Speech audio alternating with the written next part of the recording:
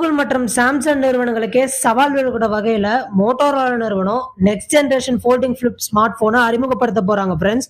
இதை பத்தின இன்ட்ரெஸ்டிங்கான தகவல் தான் இந்த வீடியோ நம்ம தெரிஞ்சுக்க போறோம் friends.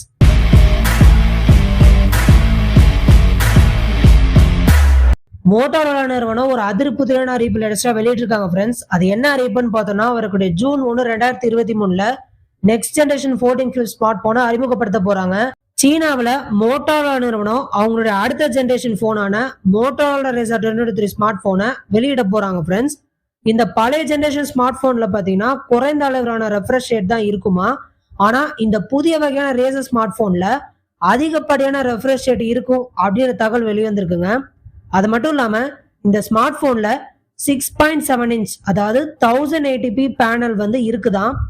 Qualcomm Snapdragon 8+1 generation chip வசதி இதுல இடம் பெற்றிருக்கு அப்படின்னு சொல்லி ஏகப்பட்ட எதிர்பார்ப்புல கிரியேட் பண்ணிருக்காங்க ஃப்ரெண்ட்ஸ். அதிகப்படியா 144 ஹெர்ட்ஸ் ரெஃப்ரெஷ் ரேட் வசதி இந்த போன்ல இருக்கிறதுனால கண்டிப்பா அதோட காம்படிட்டர்ஸ்க்கு மிகப்பெரிய டஃப் கொடுக்கும் அப்படின்னு நம்பப்படுது ஃப்ரெண்ட்ஸ்.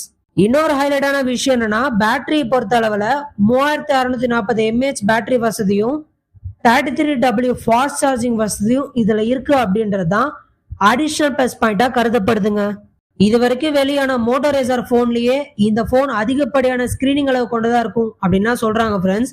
அது மட்டும் இல்லாம இந்த போன்ல 8GB RAM 128GB storage 3.19 CPU திறன் கொண்ட வசதி எல்லாம் இருக்கான்.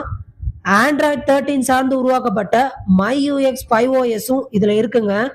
ஸோ இன்னொரு எண்ட்ல டூயல் கேமரா வசதியும் ரவுண்ட் எட்ஜ் போன்ற பல்வேறு விஷயங்களை இதுல ஆட் ஆன் பண்ணியிருக்காங்க. ஓவராலா ஒரே வார்த்தையில சொல்லணும்னா பார்த்து செதுக்கிருக்காங்க அப்படின்னு தான் ஃப்ரெண்ட்ஸ் குறிப்பிடணும். இந்த ஸ்மார்ட் போன் பத்தி நீங்க என்ன நினைக்கிறீங்க? உங்களுக்கு என்ன தோணுது? உங்களுடைய கருத்துக்கள் எதுவா இருந்தாலும் கமெண்ட்ல மறக்காம அப்டேட் பண்ணுங்க ஃப்ரெண்ட்ஸ்.